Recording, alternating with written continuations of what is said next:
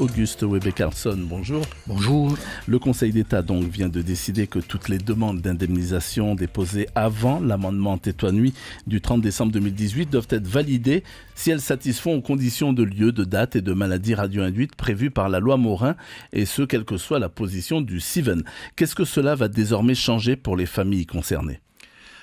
Directement, plus de 60 familles sont concernées, accompagnées par l'association 193. Et là, les chiffres ne sont pas exhaustifs, puisque beaucoup de référents de l'association accompagnent des familles sans nécessairement nous signaler le dossier en cours. Mais directement, plus de 62 familles sont concernées par cette décision du Conseil d'État.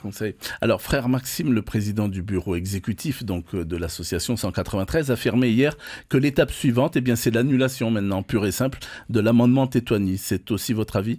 Nous avons toujours dit, et je crois qu'avec Moruro et Tato, nous avons toujours dit que cet amendement, l'ANA Tétouan-Nuit, était une nouvelle manière d'intégrer des risques négligeables qui ont été supprimés en 2017.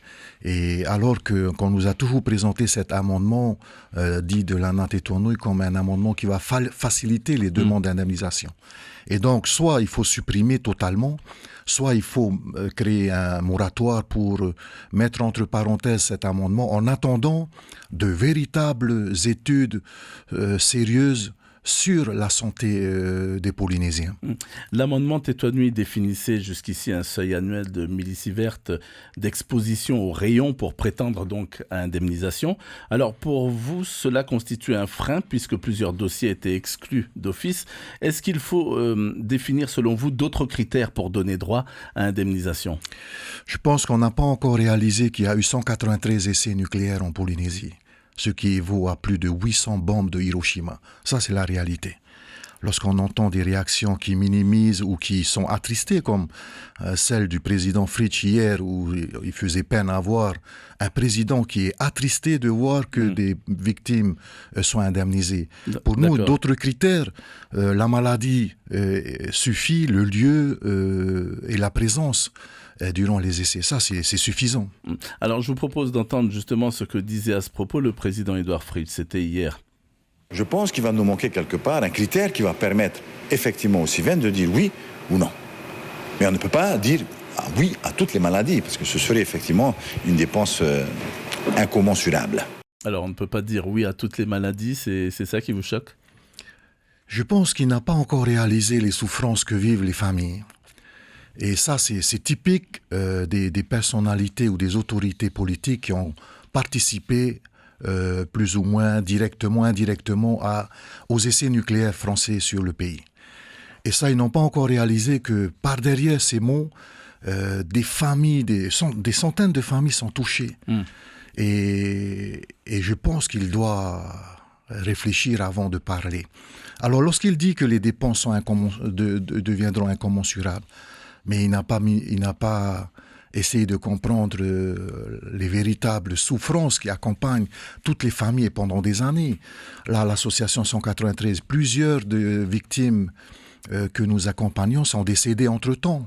Dans l'espace d'une année ou de deux, voilà, des gens meurent et des familles souffrent. Et vous dites que plusieurs familles alors n'ont pas osé déposer de dossier en raison donc de cet amendement. Cela veut dire qu'il faut s'attendre désormais à ce qu'il y ait davantage de dossiers déposés ? On espère en tous les cas. Dernièrement, lorsque le président Krishnat du CIVEN est passé sur le territoire, il était peiné de voir qu'il n'y a pas autant de demandes de dossiers. Mais c'est normal, avec un tel amendement, les gens sont découragés. D'ailleurs, concernant l'association 193, nous avons bien vu, avant l'amendement, nous avions plus de 106 dossiers. Encore, les chiffres ne sont pas exhaustifs. Après l'amendement, durant toute l'année 2019, il n'y a plus que 32 dossiers. Et donc, les gens sont découragés. Et parce que c'est réellement un frein. En tous les cas, ce frein n'est pas aussi clair dans l'esprit du CIVEN. Puisqu'ici même, sur le pays, lors de la dernière visite de Krishnat, il affirmait qu'il pouvait indemniser des personnes de moins d'1 millisievert. Et donc, c'est d'une manière très arbitraire, encore une fois. Très bien.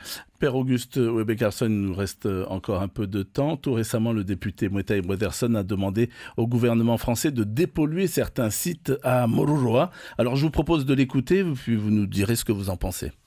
J'avais donc écrit un courrier au Premier ministre, copié au ministre des Armées, à la ministre des Outre-mer, également au ministre de l'Environnement, celui de la Santé, puisque ce sont des domaines connexes, demandant au Premier ministre de mettre en route une étude, mais s'ils ont les moyens techniques déjà, donc la dépollution de Moruroa et Fangataufa. À Moruroa, puisque ça a été la période des tirs souterrains, il y a des puits qui font 1 kilomètre de profondeur dans lesquels il y a des déchets radioactifs. L'infâme bancolette dans le lagon de Moruroa, du plutonium dans le lagon sous le sable.